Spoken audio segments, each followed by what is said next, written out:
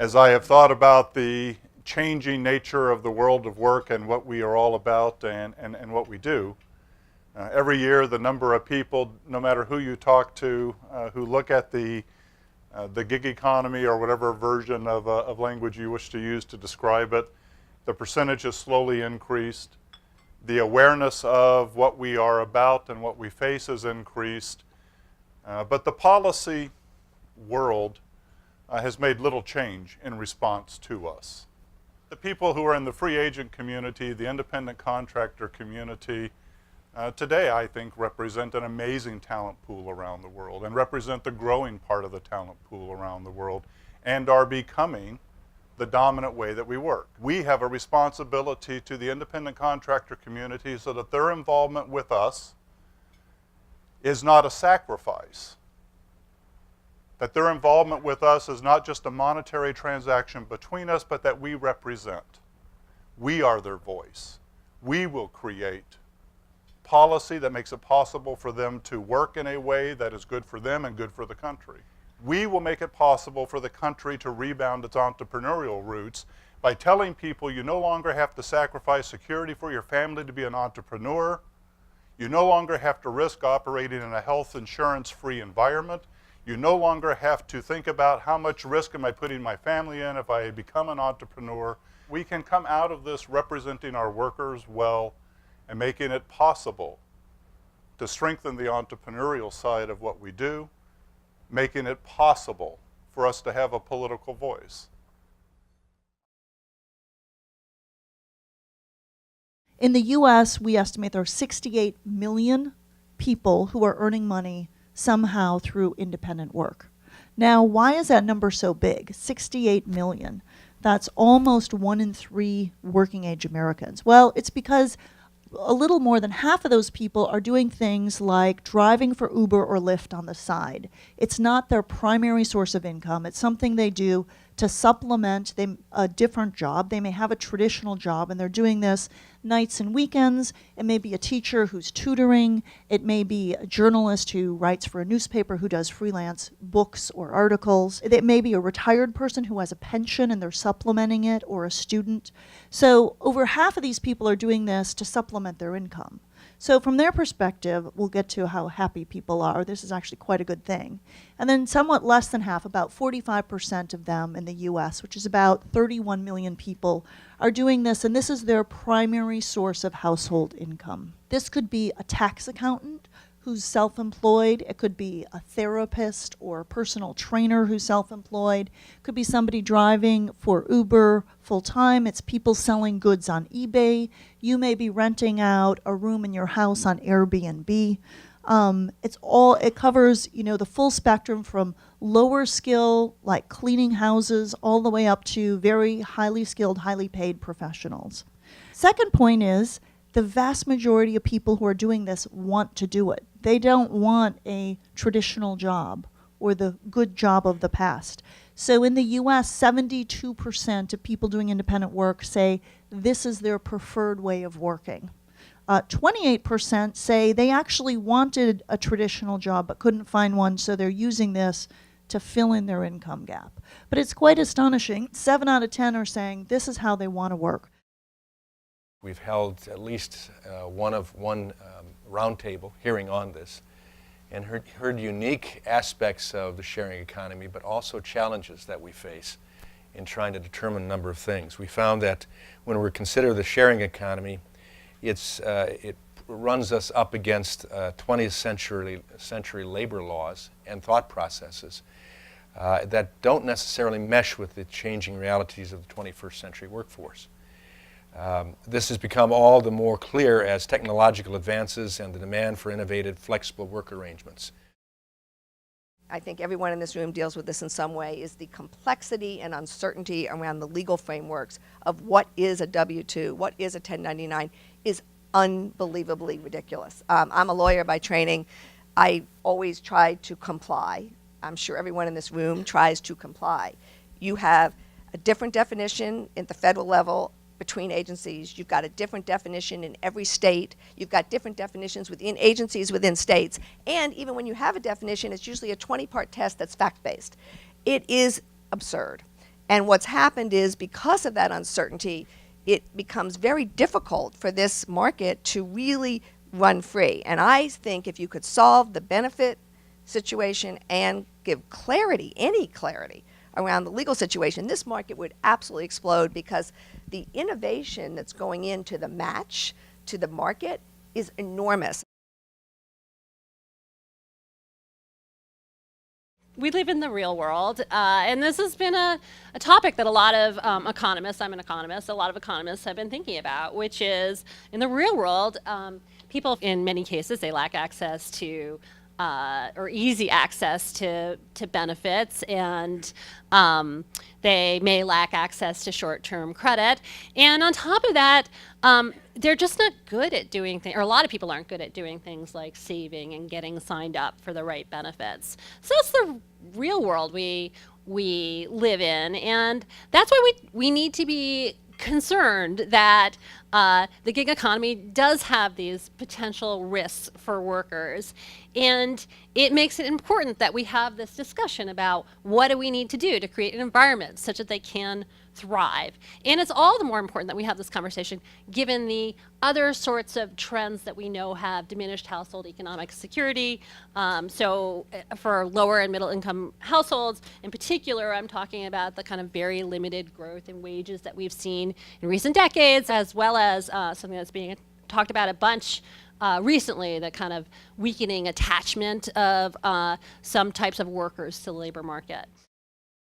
There has to be a new kind of intermediary, and that, I would suggest, that intermediary must be a nonprofit. And the reason I say that is because it has to be a way where the organization is 100% aligned around a worker's interests, similar to, let's say, a Taft-Hartley fund, the chambers of commerce, so that it doesn't have to be ideologically driven, but it has to have alignment.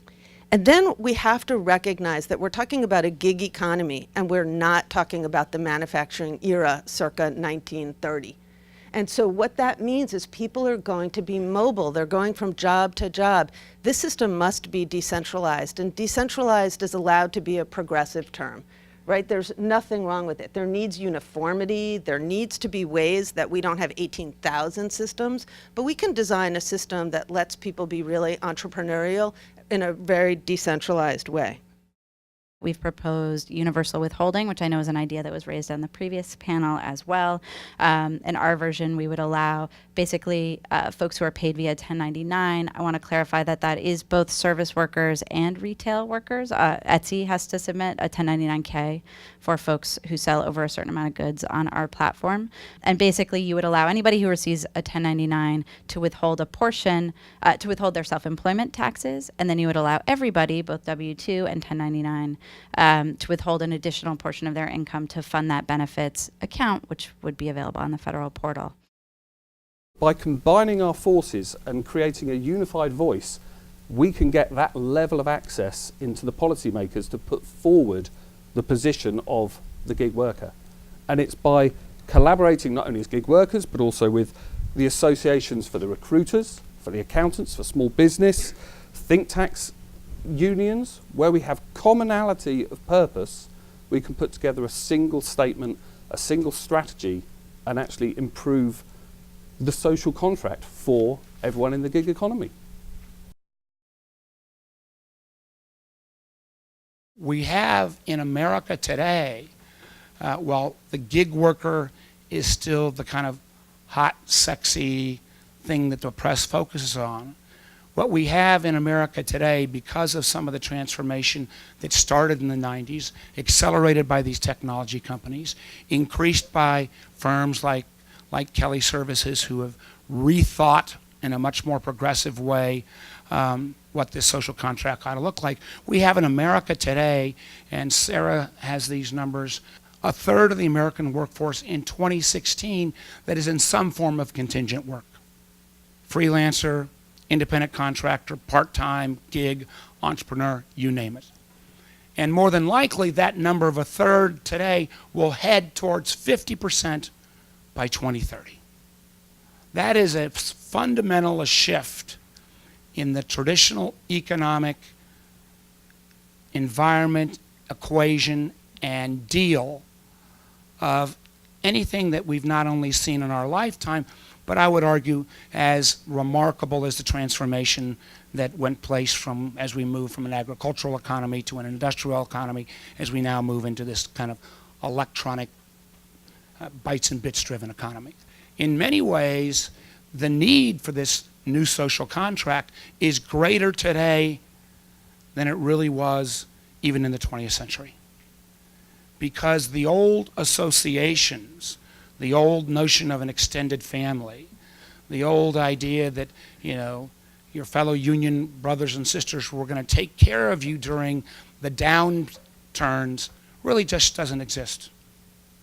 With this freedom and flexibility that offers a lot of upside for folks, also comes the fact that close to most of the folks who are in this 1/3 of the workforce who are operating on an extraordinary high wire have absolutely no safety net underneath them.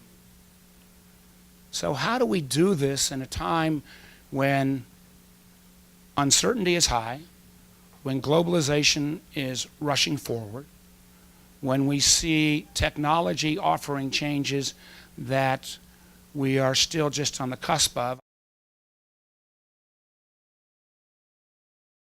There really isn't one function within our customer who's looking at all the non-full-time employees.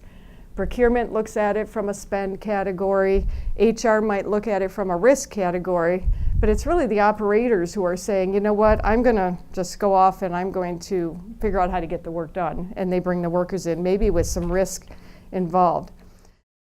If the problem is benefits, I think we should have a discussion about that, because I think there is a very large disparity between the people on one segment of this workforce, which, by the way, is kind of a small group of the independent workforce that are really feeling, you know, mistreated. There's about 12% when you ask them, are you happy or unhappy in what you're doing? The large portion of the people doing this work, they're digging it. They're loving what they're doing, and they want to be in control, and they want more enablement, and that's good for our economy if we could figure out how to make sure they're funding things properly. But they could find their own benefits, certainly with the Affordable Care Act. They could find their own retirement plans if they're at a certain income level. So there's different problems for different people, and I've heard it say twice today, and I'm really happy, because the one message I want to get across is one size does not fit all. There are some significant challenges. So first, and I think probably one of the more significant challenges in my mind is, you know, independent workers really have very little clout here on Capitol Hill. There's no association, there's no lobbyists calling on members of Congress to advocate, to bring issues to their attention, and that's certainly a big void that needs to be solved for the platforms to move forward. Second, no news to all of you, but you know, Congress is pretty good at recognizing problems, but not very good at solving them. So I think the concepts around how do you create portability, how do you create the safe harbor, those are the two big things. One of the things I was struck with this morning was we talked about classification, like an economist would talk about it and say, we're going to assume that that's not an issue and we're going to solve it without that. But it really is the issue. And the people that operate, that I deal with in this space, really want to provide ways of keeping people on the platform. Use my platform more than the next guy. Come join the platform. We want you to work with us. And I think being able to offer a scalable way to get retirement benefits, you know, even traditional insurance is a big plus. I think it'll be critical for us to decide, do we associate and engage in collective action or not? And it's a reasonable decision whichever way you go. But I think if we think we're going to make progress by all of us who are aggregators working individually, we're deluding ourselves. But if we're going to have progress, then we stand up an association. We stand up an independent group. We create the mass, we create the money, and we create the study groups to work our way through the various policy options.